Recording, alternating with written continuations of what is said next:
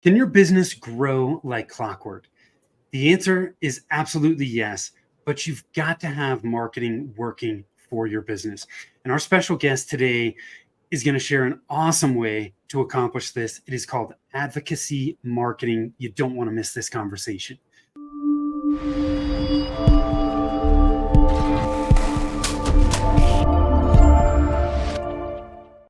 Hi, I am Tim Fitzpatrick with Rialto Marketing, where we believe you must remove your revenue roadblocks to accelerate growth, and marketing shouldn't be difficult.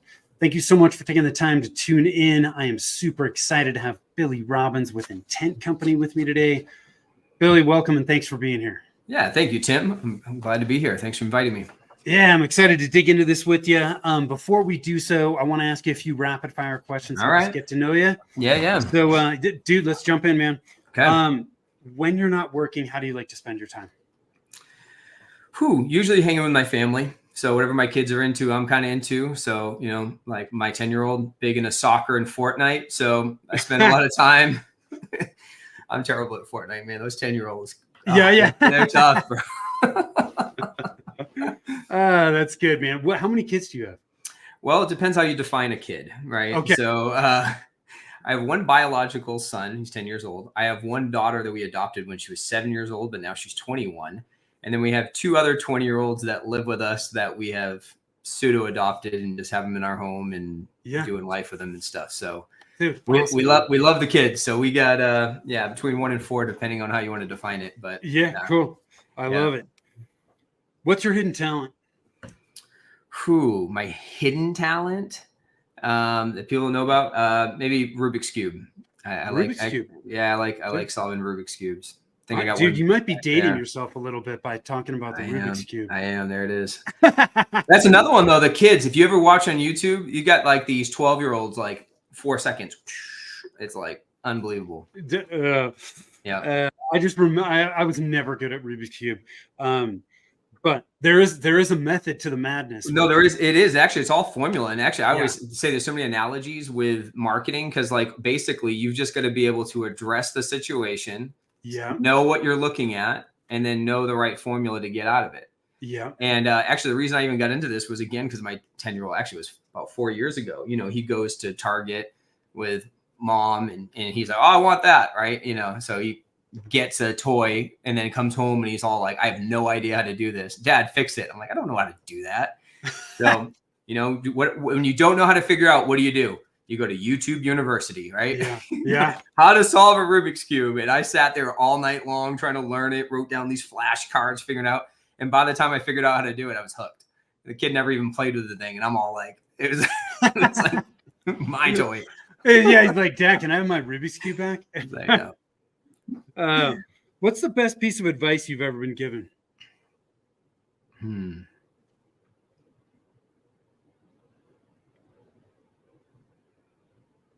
Make serving people the priority. I love it. There's so much great advice, right? And as entrepreneurs, there's so many things that we've learned. It's just it's always hard to pick one.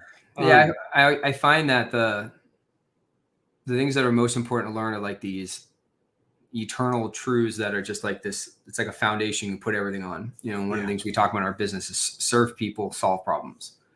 And it sounds like almost like a cliche little thing to say, but actually if you at any given time interaction with a client, team, people, whatever situation, you say, am I serving the people I'm called to serve? Am I solving the problem I'm called to solve? Yeah. And that answers a lot of things in business and marketing. What's success mean to you? Fulfilling all that God has called me to do. Where's your happy place? On the couch with my family. And what qualities do you value in the time in the people that you spend time with? I want them to have passion for something. I don't even care what it is, but I want people that are passionate, people that are optimistic, people that want more, and they're willing to do things to get it, take risks. Yeah. I love it, man. Tell us more about what you're doing with the Intent Company. Yeah. So, Intent Company, we started little over 7 years ago. I've been in full service digital marketing for the last 19 years, and, started a few agencies, buried a few agencies, did corporate, executive marketing, got to work with really big companies for about 7 years. And then, 7 years ago, went back out on my own and made the decision that that's actually where one of that phrases came up, with serve people, solve problems. And I decided that if I was going in this agency, I was only going to work with companies that I had direct connection with the founder who started the company, because people start companies because of these passions, right? Yeah. Now, like you have that's what usually you think about it, right? The reason why you start a business is you see a problem that's in the world that you feel uniquely suited to solve. So you want to go after it, and you feel like you can do it better. Maybe you learn that skill in a trade or in a whatever, but then you decide, I'm going to go solve this problem. Or you have a people group that you feel like a connection to go in serve, right? Yeah. And for me, it's entrepreneurs. I love entrepreneurs. I love people that take risks. I love people that are willing to go and try something new to get more. And so that was really important. And then marketing and technology and all those things is like a passion of mine. So that's the way that I can help, solve some of their problems. But I remember early on, I made 2 promises when I started my business. Number one, I said, I want to do work that I love with people I love and for people I love. And so I use that as a thing. My team are people I genuinely care about, and I want to deposit into their life. Yeah. The clients that we are, the people that that we're serving are people that I genuinely care about their mission and what they're after. And then I only want to do work, the type of marketing that's exciting to me. It's marketing, it's business, it's this, it's that. But I want to work on activities that I find passion and fire in and stay in that place. Man, if you can check all those boxes, life is good, right? Yeah. You got to be intentional. You got to be intent. Yeah. And you have to know where you want to go, right? Yep. So we're obviously going to talk marketing, man. You and I are both in the space. So yeah, why does most marketing fail? Well, I mean, one of the reasons why marketing fails big time today is that there is no predetermined expectation. If you think about it, I think one of the biggest hindrances to businesses' growth is I call the shiny new toy syndrome. Right? We are constantly bombarded with the Google did this and TikTok came out and that thing and this other thing. And we're chasing all of these tactics. We chase all these little tactics, and we got to build the funnel and do the thing. And if you buy the course with the challenge thing and the stuff, and it's not that any of those things independently are bad marketing strategies, where it's not like, oh, well, that funnel stuff's garbage, or that email thing. It's no, it's that you're taking a tool like a hammer, but it's not part of a blueprint. It's not I see the empty lot. I can see what we're going to build. We know the people, the timing, the place, and the things, and we put all this stuff together to go and achieve something intentionally. Yeah. Right. And so that's one of the major reasons, because when you're doing haphazard, random marketing activity, typically you don't even know what success looks like. You don't know how long you should persevere. You try it, you get frustrated, and then you give up and you try something else. Yeah. And most leaders of companies, they're the ones, right? Most leaders of companies are visionaries. So they see the vision, they see their competitor doing the Insta thing, the YouTube thing, the whatever thing. They're like, oh, we're going to do that. They try it for 3 months, doesn't work, waste everybody's time, and then they switch. And what does that do to the team? It makes them feel frustrated. It makes them feel, why are we doing this again? We're going to try something new. And it's not part of a cohesive strategy. Yes. So you need to have a philosophy about marketing and a strategic approach first, and then put the different tools and tactics and optimizations in place to be successful. So I want to pull some things out because I love this, and I completely agree with everything you just said. When I think of marketing, it's it's like we're all battling information overload, right? And when we're battling that, we're overwhelmed. We don't know what to do, and like you said, people just end up throwing stuff up against a wall, hoping something's going to stick, right? Yep. And hope is not a marketing strategy, right? And so the way I look at it is, strategy must come before tactics, right? I think of strategy like that fuel. And then when we put a plan together, that's where we're starting to outline what vehicles we're going to use. Any of the vehicles can work. Yeah. And frankly, most businesses need fewer vehicles rather than more. They need to go deeper. Yes. But when we have a plan of what we're going to do, it helps eliminate that distraction. So that when the newest tactic comes across our screen or in our inbox, we're like, no, man, it's not in our plan. Yep. Right. So it doesn't mean no forever. It just means no right now. We're going to work this plan. When people just chase things, they can't measure. No. And they just spin in wheels. Yeah. And that's the thing. There's really two like big principles that we do all of our marketing off of that fit exactly what you're saying, Tim. The first thing I always say is I believe the main philosophical way that you should look at marketing, I would say business, is through the eyes of the customer. Call it customer journey marketing. Yeah. Right. I always say this phrase when I'm talking to new clients or, things. I say, whether someone buys a pack of gum or a Porsche, they must go through the customer journey. They must, one, be aware of that you exist, or even aware that they have a problem. Sometimes marketing is you need to create awareness that they have a problem that you solve. So awareness. The second step is affinity, right? So I would say awareness is like, do I know you? Yeah. Do I know who you are? Great. Okay. Next step is affinity. Do I like you? Right. The next step is action, right? And that's what everybody feels like they're going after. I'm going after action. I'm going after sales. But if you really think about it, what an action step is them saying, I believe you, right? They're saying, you know what? I believe what you're saying enough where I'm willing to, to pull out my wallet, pull out my credit card, whatever it is, pay you for what you said you're going to do. And most companies stop there, but they're missing the single most important thing that you can be doing is the next step. And it's so obvious, but then so completely underutilized. And that is advocacy. Because somebody can believe you, but it's not until they trust you that they're going to get exponential return. And the trust comes from experience. You did what you said you're going to do. You gave me a great experience. You wowed me, all those different things. Because you got to think, like, there's one thing to get a transaction. It's another thing to get a customer who tells everybody they know about you, buys again and again, adopts more of your product set, stays longer, signs longer contracts, leaves more positive reviews. And the value of an advocate is easily 30, 60, 100 times more than the average customer. But we don't think in that way. We're just like, I just want the next customer. Yeah. You and I, we deal with a lot of people in the MSP space and IT and telecom reselling and this and that. And, I always say to them in a service-based business, I go, isn't it funny? I said, 80% of your revenue comes from 20% of your customers. Everyone should know. I said, yeah, because it's the Pareto Principle. It's a law, the law of 80-20. But I said, isn't it interesting that the 20% that give you the most money are the easiest to work with? You enjoy them probably the most personally. They give you the most referrals.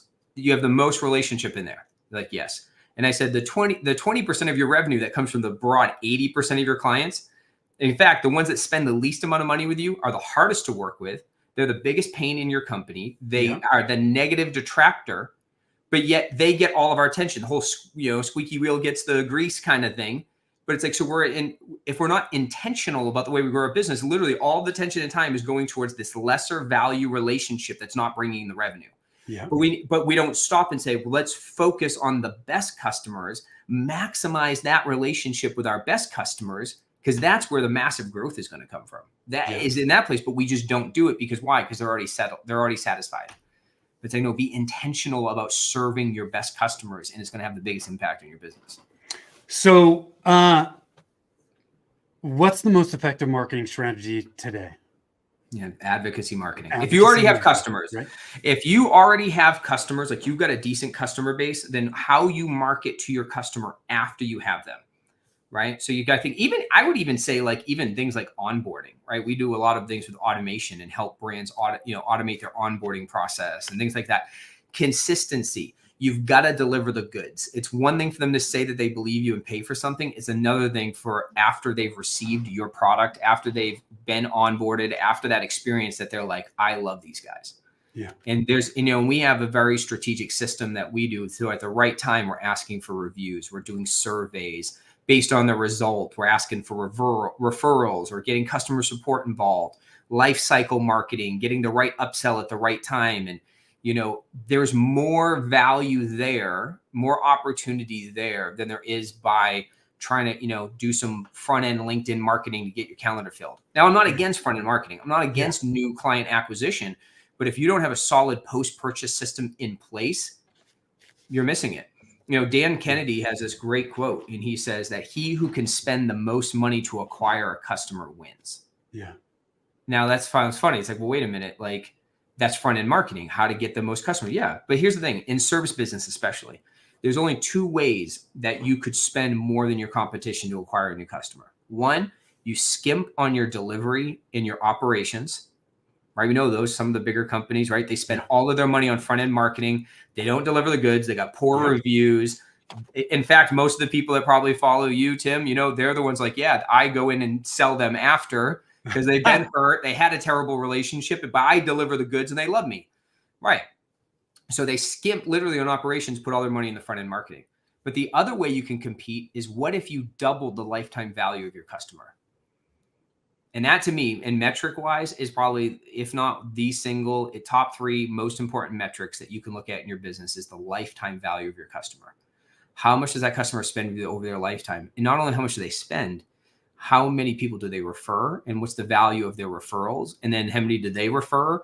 I mean, if you can grasp the value of what a brand advocate means for your business, it's like 100-fold increase. And so if you could double the lifetime value of your customer, you could even compete on the front end more competitively because you get more on the back end. It's just, I believe it's the most ethical and effective way to market if you're a healthy business and you've got a decent client base. So how would you specifically define advocacy marketing? Is it post-purchase marketing? I mean, it can be, but really what it is, I mean, I think it's there's a deeper relationship you can have with your customer. Can people advocate for you that have never bought from you? Sure, they could. They can like you to the point where I've actually had that. Actually, funny, I was at a major master agent kind of thing last week. I got invited to speak. I was trying to close this client. Never ended up closing the business, but they liked what we talked about so much that they had me be a guest speaker for one of their mastermind groups. So they had like a room full of MSPs, had me come in talking about advocacy marketing. So they were advocating for me, even though technically they're not my client yet. But typically, it's going to be in this idea of, like, I use this phrase, turn your customers into raving fans. Yeah. Right. Turn your customer into a raving fan, because there's a difference. Your customer base looks differently. There are some, again, that love you and some that don't have the best relationship with you. And again, it's just a weird dynamic. The amount of revenue that someone spends with you is almost tied to how much they like you, right? In this advocacy thing. But so you don't ignore your customers. And I'm not saying like you can be like, yeah, I did great customer support and so on, but like you can communicate with them in a way that elicits them to share more of your stuff, leave more reviews, give you more referrals, buy more of your products. And we don't focus on that area. And again, it's we do it in a very tactful way.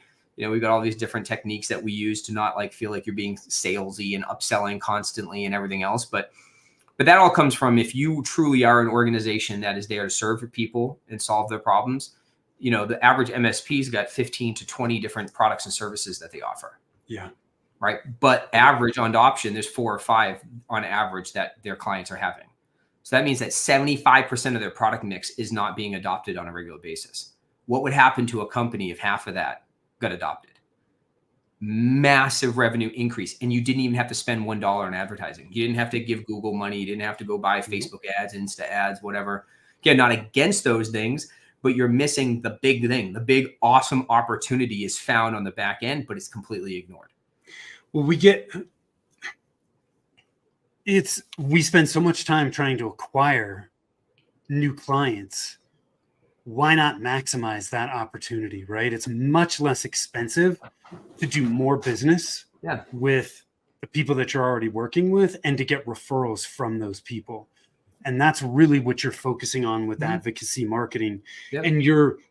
But it goes back to what you touched on in the beginning here. In order to do that effectively, you have to have the customer journey mapped out very well and understand all of the touch points on the back end that you're taking advantage of. And frankly, the way most people look at the customer journey is a funnel, right? Mm-hmm. But when they look at it as a funnel, they're missing all of the advocacy elements that are on the back end of that. Well, and even going back to the funnel aspect, think about this, what an advocate does. When an advocate refers someone, you literally jump past awareness. right? Yes. Tim, you give me a referral and I already know who the person is. And my relationship with you and me trusting you is automatically I'm going to adopt that trust. I'm like, well, if Tim recommended him, that must be good. Right. So when you get on that phone call, all of a sudden you've leapfrogged through all of the awkwardness that you have with a net new lead that you're trying to pitch. Yeah. So the sales process is shorter. You get more. And if they trust you already more, they're going to buy more of your products. They're going to buy more of your stuff up front. So the sales process is even easier. Yeah. So like it perpetuates everything. And I tell you, like, I do a lot of like kind of coaching too. Like I do a lot of like kind of CEO coaching, life, I don't want to say life coaching. I don't know, but like, dude, entrepreneurship is hard, right? Yeah. Like you're up there, you're by yourself, you're solo. And I talk to, a group of guys pretty regularly. And we talk about things like, why did you start your business? Right? Like when you first started your business, what was the grand, glorious call that you had? What kind of lifestyle did you want? Like, I know for me, I make that stuff front and center. I wanted a business where I could be at every single one of my kids' practices. I wanted to be soccer coach. I wanted to be this. I wanted to be that. I wanted to give opportunity, right? We start a business with all these big ideas of lifestyle and meaning and life and impact. Like those are the core things that actually drive us. And then all of a sudden, you're like, how do I make payroll? I'm working 60 hours a week, right? And all of a sudden, like you own this job that controls you, and you're stuck into this thing. So let me ask you a question: would you rather have the same amount of revenue but have half the customers? Would that be a better lifestyle business? Yeah. Yes. Yeah. Yes. Absolutely. Right. So instead, what happens is you're trying to grow revenue, meet all these things, but you're doing it by all this new client acquisition. Then you're operating out of fear and doubts. So you're getting smaller clients, maybe that aren't a best fit. And it all starts to build and all add up. And all of a sudden, this thing is out of control. And you got to go 1,000,000 miles an hour just to hold it all together. But literally, if there were more advocates in your business, you can make more money. But even if it was the same amount of money and you had half the clients, better relationships, better connectivity, better trust, the ease on your business would be so much more. And isn't that valuable? I mean, what's the value of that? How do you place a numeric value on peace of mind, on consistency, on being able to be with your family and spend time with your kids and do the stuff that you want to do and go on the vacation, go for 2 weeks somewhere and not care about what you're leaving behind, right? Yeah. Those types of things are actually what that's the juice of life. That's the value of life. And that's not like a marketing thing, but it should be impacting the types of marketing and the decisions that we make. And advocacy marketing is that kind of thing that just like, it helps facilitate all of those types of things. Healthier business, more reliable, more peace, more joy, more impact. And again, it's just something that's ignored because we just go run right back to Facebook and Instagram and LinkedIn direct messages. Would you want to be my client? Let's go, let's call. And again, I'm not against those things to get going somewhat, but we're missing a major component for, if we're not focusing on the post-purchase stuff. I want to pull something out that you said, because it's honestly, it doesn't, I mean, we can tie it back to marketing, but you said, what you wanted out of your business was front and center. One, awesome, right? We have to know what we want out of our business. Otherwise, we end up building a business that doesn't serve us, right? Right. And so, there's a lot of business owners that don't really know what they want. Yep. And if we don't know what we want, we got to take a step back, identify that, because once we know what we want, that serves as a guidepost. It serves as a checklist where we can go, is doing this actually going to get me what I want? Yes, no. And it helps you make great decisions. Mm-hmm. So thank you for sharing that. I want to pull this back a little bit to the advocacy marketing side of it, because if this is jiving with people, which I certainly hope it is, because again, like, look, any marketer will tell you you're far better off maximizing the existing clients that you already have, and you guys really have this system dialed in. If I want to get more involved in advocacy marketing for my business, what do I need to do? What are those steps? Yeah, I mean, there's lots of things you can do. I was going to mention this a minute ago. One of the things is, if you're not actually committed to taking care of your customers, don't even try. Yeah. Like if you're actually, because there are some businesses, I kind of alluded to them, a little bit ago, but if you don't deliver the goods, then don't even attempt it. Like, you've got to get your operations in place. You've got to get your, product delivery. You got to get customer support. You got to get those things in place, because you actually have to serve them. You actually have to take care of their problems, because all the right emails at the right time aren't going to matter at all if people are just totally dissatisfied with working with you, right? So any kind of marketing aspect is really just packaging up who you are and the story that you have and delivering it at the right time. So you got to be committed to great customer experience first, right? Number two, spend time with your customers. Like, what makes them tick? What is their buying motivation, right? Like I just mentioned a moment ago about how like you think about the passion of why you started your business and all those things. I'm going to tell you what, if if you're in contact with the C-suite, with the founder, with the owner of the companies that you get to serve, you got to ask those questions. What is their purpose? What do they want to do? Like, a business is a vehicle for underlying goals and desires that they have. And the more that you can understand those goals, the more that you can serve those people, right? And so get time to know people. And so like part of our system is things like surveys and, things at the right time to kind of get that information. But before you even have, like, let's say an advocacy system, who are your 10 best customers? If you can, take them out to lunch. If you can't, get on the phone with them, do something with them, get to know them, ask them what makes them tick, figure out what makes them uniquely then, because you might not even be aware of like, why are this group so attracted to us? Yeah. Right. And maybe there's part of your messaging or like the delivery of who you are that just really separated you. And you're like, oh, wow, I didn't even realize how much of an element that was. And now you get to maximize it. Right. So you got to know the people you're serving, you got to know what they want. I'll tell you, there's one of my favorite marketing books, which I don't even know if it's really a marketing book, but I'll tell you, there's a book called Wired to Care by Dev Patnaik. And it's all on empathy. It's all on empathy. And he's like a product development guy. He's going to product development thing, and they talk about how they design products for people. But the book is literally all about empathy. And I'll tell you, man, there's something that goes when you can develop the skill of empathy. And again, that's the essence of customer journey. The essence of customer journey is, because I think businesses look at things from my perspective. How do I get more of the people I want to my landing page? How do I get more of them to give me their email address? How do I get more of them to buy my product? And it's like, oh, stop. Who are you serving?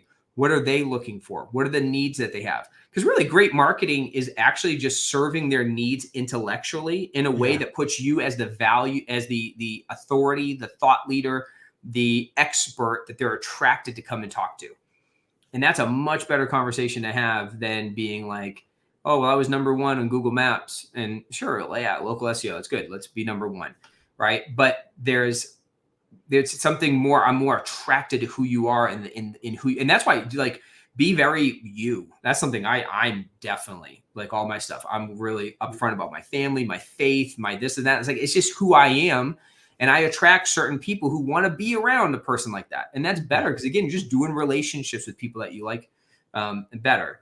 So get to know people, get to, do things, and think about how can I continue to serve my clients after the purchase in a way that makes their experience a lot better, right? Like I'll give you just one example of one of the components. We have 8 major pillars in what we call our advocacy machine. The second one is called value add resources. So I always use this as a technology thing, right? Like I bought the new iPhone, right? The iPhone 15. This thing's like $1,500. Like it keeps getting more and more expensive. Yeah. You know what I mean? And I always make the joke. I'm like, the value of this phone is actually dependent on the individual. How valuable this phone is based on my ability to extract the value out of it. So just because you provide amazing value doesn't actually mean that people are getting it, right? Like if I decided to use this as a coaster, that's a pretty horrible use of $1,500. Yeah, right. If all I know how to do is make a phone call and send an email, still not that great. My ability to actually love this product is based on my ability to know all of the features, how it works, and extracts it out, right? Like if you guys are implementing phone systems, which most do, right? Why not send videos immediately after install showing them how to use the 7 most important features, right? You already bought them or everything, but all of a sudden their whole team, everyone's going to align, has this quick little thing they can reference. They're going to like it better. They're going to enjoy it more. They're going to have less questions. There's going to be less impact on your customer support, less complaints back to the IT guy. So all of it just adds to this, like, wow, I was able to extract more value out of it. So even post-purchase marketing is really just about a continual serving and understanding how can I continue to add value. And really that's all an upsell is, right? Educate. educate. You got cybersecurity stuff, educate, talk about the threats, educate on them, talk about the vulnerabilities, and then make yourself available. And I'm here to talk if you want to solve that problem. Yeah. And that kind of aspect and idea of just continual service is a great way to do it. Now, a little personal plug. If you go to our website, intentcompany.com, we have a resource tab. And under there, we've got a bunch of free tools. We've got all kinds of free stuff, customer journey stuff, advocacy stuff, all the things we're talking about. That's our way. We want to serve. I figure if I tell a story, build authority, the right people will come to us. Yeah. Yeah, I love it. So I heard you say two steps to getting started with advocacy marketing. The first one, super critical. Like if you're not already delivering an amazing experience and getting results, you got to get that fixed before you invest in advocacy marketing. Once you've got that dialed in, then we need to go back to what you initially talked about, which I focus on this as well. Like everything from a marketing standpoint starts with your target market and your ideal clients within that market. So we've got to identify who our ideal clients are. Yep. And then we need to take the time to really understand them. Yes. Talk to them, interview them, survey them. What was the buying journey like? What are their goals, their aspirations? Why do they buy from you? Why do they continue to work from you? All of that information lays the groundwork for you to really understand them. And once you do that, then you can start to put some of the necessary tools, tactics in place to build this advocacy machine. Yep. Yeah, I agree with that. Yeah, a good business that's committed to this should actually say no to certain leads. Yeah. Yeah. And that might be on thinking for some businesses, being like, wait, somebody wants to pay you money and you're going to say no. It's like, you've got to know your best customers so much that you're like, we're just not a great fit. I had to say that to somebody yesterday. We were talking like, could I have sold them something? Probably. But it sounds like you're just not the right customer for what we have, not the right fit. Appreciate you having time to talk, bless you. And you should do that. Yeah. Most businesses probably need to fire 10% of their clients. Yep. Well, when you say no to somebody that's not a good fit, you're serving them. You're doing yourself a favor. You're doing your team a favor, because nobody's going to be happy long term. No. So, it's like, to me, when people make those decisions, it's all about making a quick buck than it is for really the long-term benefit of anybody involved. But unless you've identified who your ideal clients are, you can't even determine whether somebody's a good fit or not. Exactly. Yep. So I love it, man. Awesome stuff. Any last minute thoughts or, guidance you want to share with us, Billy? Really, again, I just think that this type of marketing, this kind of idea, it's really it's an overflow of what's happening internally, right? As the leader, as the CEO, as the organization, whatever you're in, like, continue to feed and develop and grow who you are and your ability to serve people and your ability to solve problems. And the more you grow in an organization, it's actually more like the relational aspect. It's funny. I get more and more disconnected from my business. Things that I used to do 100% of the time 5 years ago, I don't even know how to do it anymore. I'm like, I don't know. I got a team for that. Yeah. So really founder-led sales, founder-led communications, like that's kind of where you got to get to, is you got to be in front of your customers, talking to them, figuring out ways that you can, serve them and bless them better. But if you have that heart where you're like, I am here to serve problems that serve you as the people I'm called to serve, solve the problems that you have, you're going to come up with so many creative ideas. And then all of a sudden, like we said, opening, you're going to use that as a framework. When this new TikTok strategy or the thing happens or this happens, you're like, wait a minute, is this a tool in my hand that I get to use to better serve the people I'm called to serve or to solve the problems that they solve? And if the answer is no, it's just not for you, right? And you adopt the things that are resonating with that. And so, just take care of people. It's really, I think that's simple.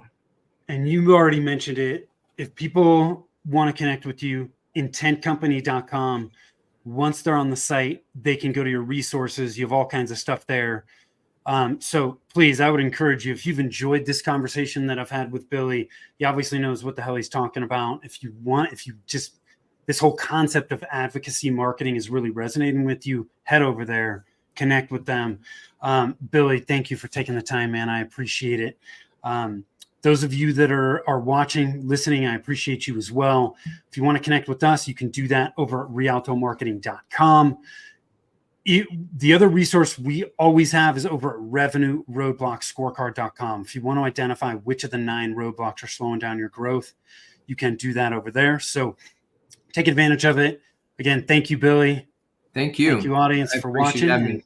Yeah, absolutely. Until next time, take care.